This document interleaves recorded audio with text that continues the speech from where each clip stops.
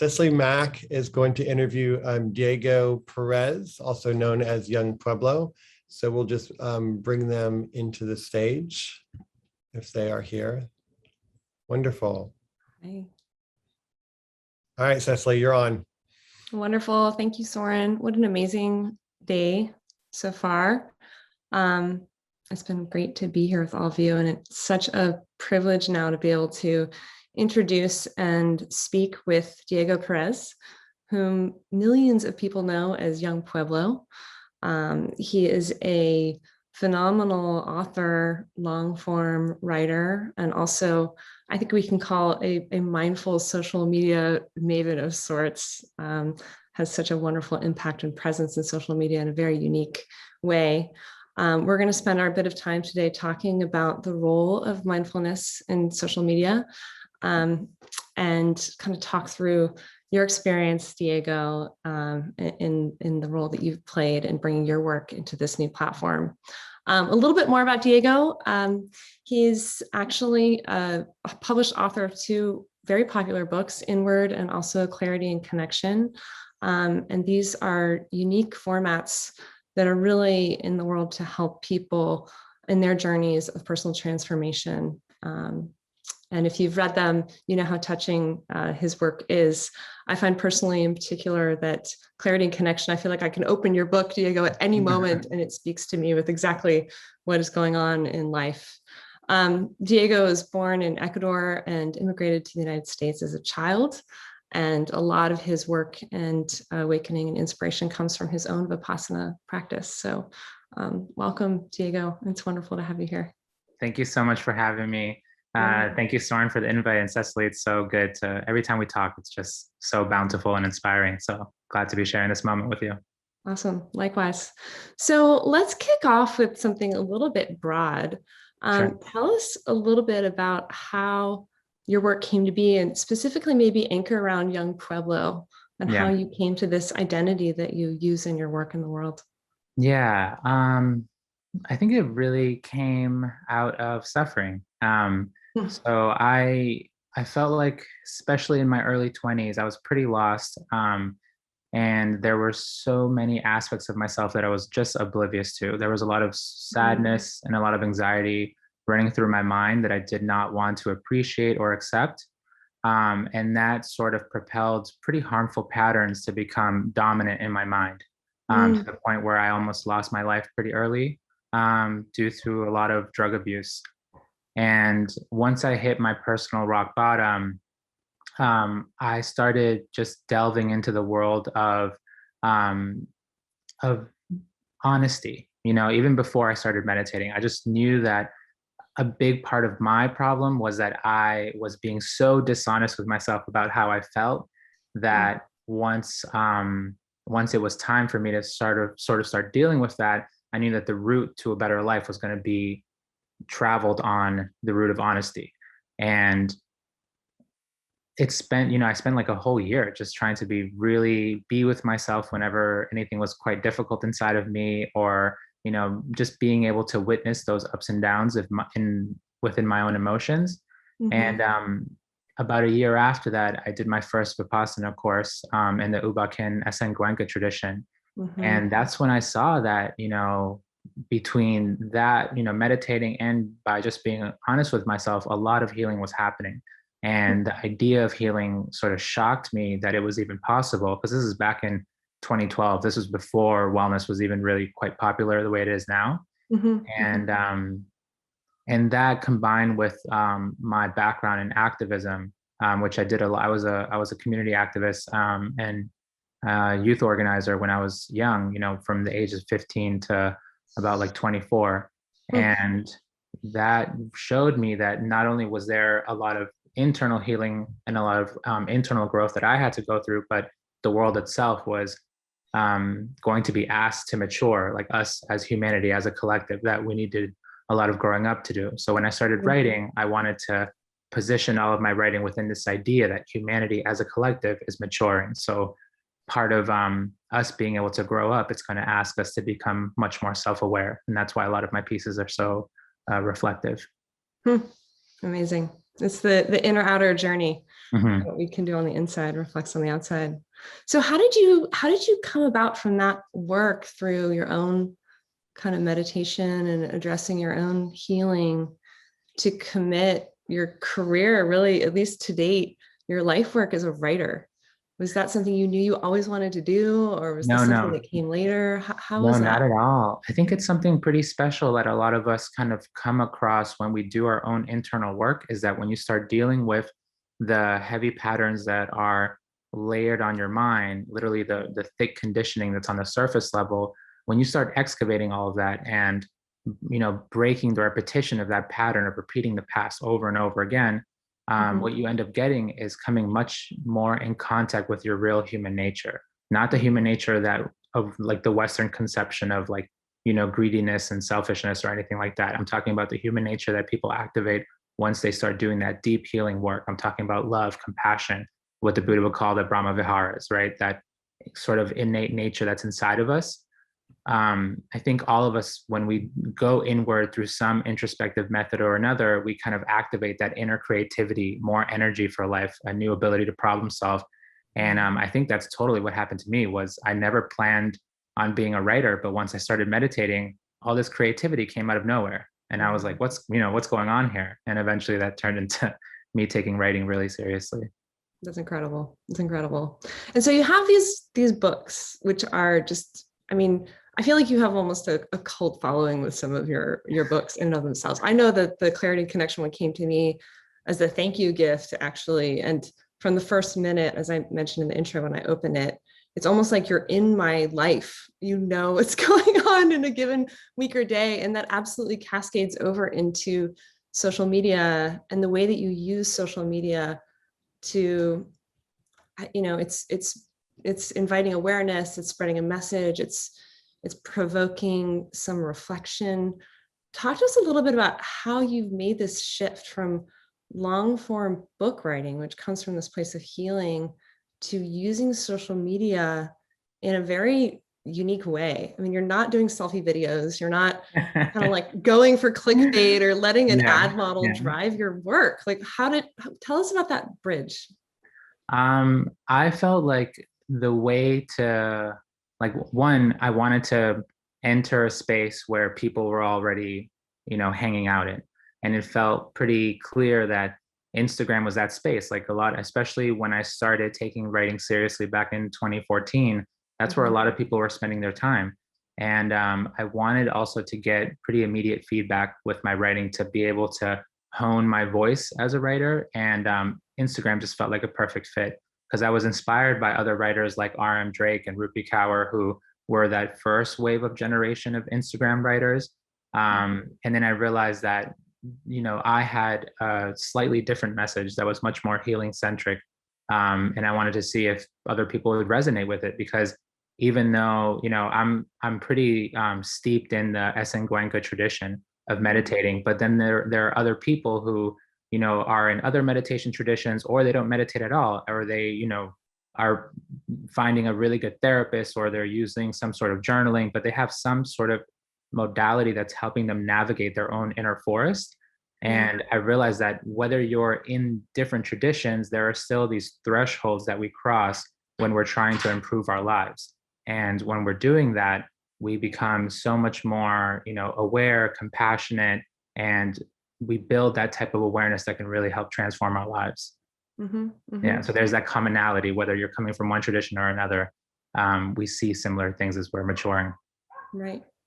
And do you think, I mean, have you found that you're in good company in the platform, or maybe even others, if you're experimenting with others, in prioritizing mindfulness or well-being in a context that is not Yeah. Yeah. historically known as a place where you go to experience heightened Totally. mindfulness And and and well-being? it's funny because there are beautiful communities on Instagram, and then there are other communities that are like feeding, loneliness and addiction and a lot of those problems that we really want to combat in society. Yeah. And it becomes this space that you have to make your own space there and kind of reclaim your power and try to figure out who I want to follow, and are the people that I'm following feeding the characteristics that I'm trying to cultivate in myself that will help me, help me in my own evolution. But there are definitely some wonderful people on the platform. And I think that community of people who are putting out self-reflective material, it's growing. And it's powerful to be able to support people in that, quick but gentle way. And that's one of the reasons why I took on that black and white background, because there's so much color and so much vibrancy on Instagram. So I was like, why don't I try to be like as sort of minimalistic as possible? Because that itself would grab people's attention.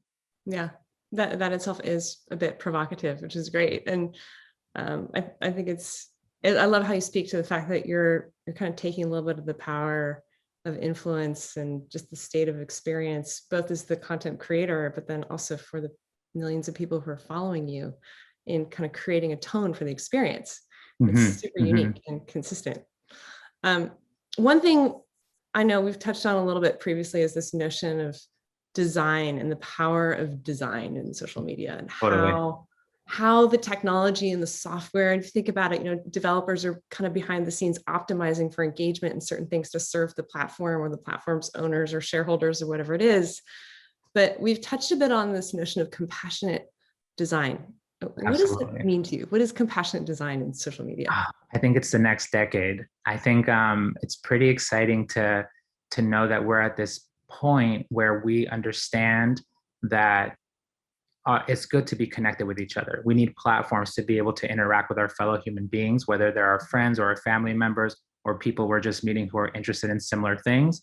Yeah. But at the same time, we need to be able to be connected without harming ourselves or other people. So we need mediums that have the user in mind and specifically have their well-being in mind, so that they're not becoming more addicted or becoming, developing the harsher characteristics that are inside of all of us. Mm-hmm. And I think there are going to be ways where we can find some sort of harmony between having really fun platforms, but also platforms that are well-being in mind and help us connect in healthy ways. Mm-hmm. And I think that's coming up next. Mm-hmm.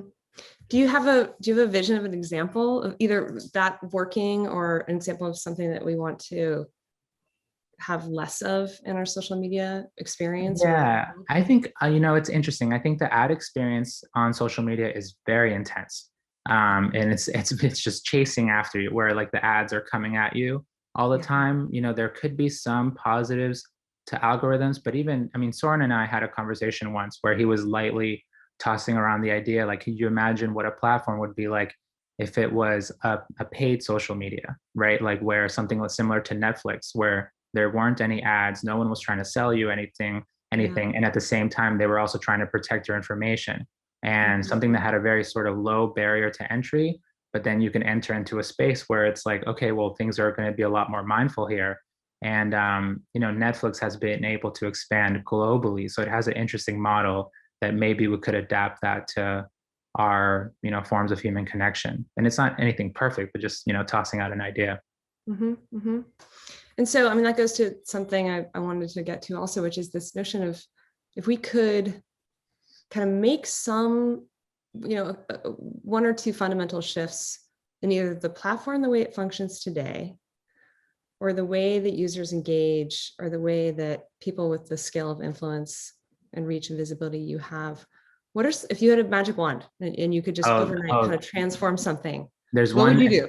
The immediate thing that I would change is that there would be an option between algorithm and chronological. Because specifically for people who are starting small businesses, it's very difficult to get the algorithm to be on your side. When you follow someone, right? If you follow 600 people, you're interested enough to follow them that you do want to see their things. So on one side, the algorithm, it's nice because it introduces you to new things and it gives you what you want. But at the same time, I don't see I follow 600 people. I don't see like 300 of them at all. But if I were to have an opportunity to switch to chronological, then if they're posting, I would be able to scroll through it and see, oh, right, this person that my algorithm hasn't been showing me, they're there and they're trying to do something cool, whether they have 1 million followers or they have 1,000, you give everyone a pretty fair chance if it's chronological. Mhm. So to be able to switch between the two, that would be amazing.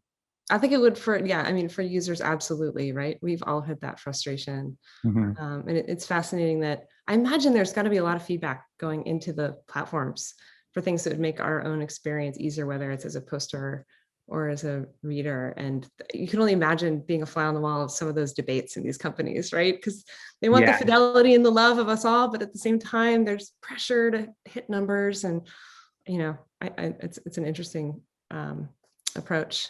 So, so let's think a little bit about, technology in general. Do you have hopefulness? Are you optimistic about the role that technology can play in this area of work? As a practitioner and as a creator and as an artist, where Yeah, do you fall on the spectrum of optimism and hopefulness for our future? my hope is in the transformation of the individual. I think that historically, there have always been groups of people who've tried to make the world more humanistic and less harmful. But this is going to be the only time in history that I know of where not only are people going to try to change the world for the better, but they have a higher degree of accessibility to be able to use tools that will help them transform themselves along the way as well. Because a lot of times, if you read history, there are so many people who try to gain power and then they do it, they gain power. And then all of the sort of really harsh roots that are in their mind, all of that greed, the aversion, the ignorance, they become empowered and emboldened, and they actually end up repeating the harm that they would themselves were trying to combat at one point. So if you're not able to deeply go within yourself and deal with whatever trauma, whatever hurt you're carrying, or do the greater journey that the Buddha put out in front of us of being able to liberate ourselves to a certain extent, and we're able to cut at that greed, then people are going to not only be much more creative, much more energetic, and have a new ability to be present in life, but they're going to be able to build that new society from it being founded within their hearts, right? So that foundation is going to start with our own inner peace. And it doesn't mean that everyone has to be like perfectly peaceful, but there should be enough people that will cause that critical mass so that shift starts occurring. And I think that in combination with technology, our technology is like probably like outside of our own healing. I think it's our second greatest asset, to be able to connect the world, to be able to try to overcome these huge issues of like global inequality and sort of eliminating poverty. Like one of my big hopes for the future is that we are able to extend our idea of human rights to include that no one in the world should be suffering from extreme forms of poverty, especially when there's so much wealth. So a lot of people get scared with that idea because then you think, oh, well, are you going to put a limit towards the higher end of the spectrum? And it's like, no, you can still be rich, but we should all do our part to collectively hold and care for each other. Yeah, that's really beautiful. And technology can most certainly help us to that end in a whole range of ways. One we've talked a little bit about is the significance of the presence of the leader or the creator, the founder or the entrepreneur. Do you have optimism about improvements in that arena and how we might support people who are in these positions of power as we kind of welcome the next generation? I think it'll be a mixture of trying to, we like right now society works in a very sort of pyramidal format where power and money kind of like just go upwards into the hands of very few people.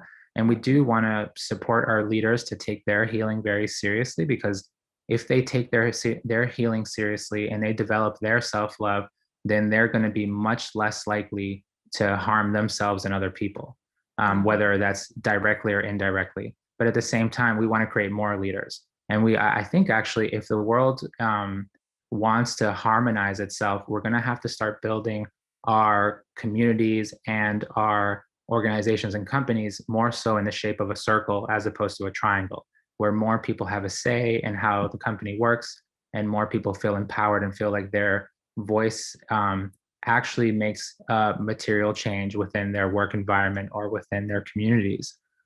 So hopefully if we're able to, function between triangles and circles, I think that will create a lot more flexibility. Because some people love the pyramidal format, but I think others would really benefit from the circular one. Yeah. And we see that happening across the board in our culture and our countries today, whether it's with the sharing of information or how value is generated and circulated and shared. That's great. And I think, another topic that came up, I think in one of my breakouts today, we were sharing about this catalytic type impact of the pandemic in forcing so many of us to actually get out of our in-person or geo confines and have this incredible scale and reach, which clearly you're doing with your work as well. I mean, people are in every corner of the planet and benefiting from what you're sharing on a daily basis, which is awesome. I have one last question. It's a little bit selfish on my part. It's my own curiosity, but I can only hope that other people share this. How do you come to your daily inspiration? You post things on friendship, you post things on relationship. I know so much of it is outpouring from your Clarity and Connection most recent book, which I know is doing very well. But what is it that you are using to choose what you share with your millions of followers every day? What's your process? I think it's funny because as the account has grown, like people automatically presume that I don't run it myself. Like it's like I have some sort of manager or somebody's doing it, but no, it's totally just me trying to figure out what the feel is for the day. And there are things that I've learned along the way, like I know Mondays are a lot more hopeful, where people are like trying to, put that best foot forward, and they're trying to really sort of cement the habits that they're trying to reinforce throughout the week. But then I also, have learned that Wednesdays are a little bit harder because people have felt the roughness of the week and they're a little tired, but they're not quite there at the weekend. And then something else that I've learned too is like on Fridays, people are inclined to think about their loved ones that they're hopefully might see in the weekend. Like I like to call them Friendship Fridays. So like today I put a post up about friendship. I was thinking about one particular friend of mine, a fellow meditator in the same tradition. And he's such a serious meditator and someone that I really look up to. And whenever I'm around him, I feel like I can put my best foot forward. So I put that post up today, but other people were able to, share because it's the weekend. So they're thinking about who they may see or who they wish they could see if their lives weren't so busy. So there are like little sort of like things that I've been able to observe along the way. But the other side of that is pretty just intuitive. It's like, okay, what am I feeling? What are my wife and I learning lately that we try to talk about? And because a lot of it, will come from raw inspiration. And the other things will just come from observations that my wife and I just talk about. Or like, what are you learning these days? That's beautiful. I love it that your work is actually an expression of what you're paying attention to and attuned to, both in yourself and your life and your followers. And I wish many of the people of influence in the world had that same level of attentiveness. So that's great. Don't stop. We don't want to hear about a whole team of people running your show for your. No, never that. Yeah, never that. Awesome. Well, I think we're at time. It flies as always with you, Diego. So good to see you. Thank you for joining us, and great chat as always. Yeah. And I think I pass it back to Soren. Thank you so much. And thanks everybody for watching. Awesome. And thank you for the nice comments too. They're all so sweet. Yeah. Ciao.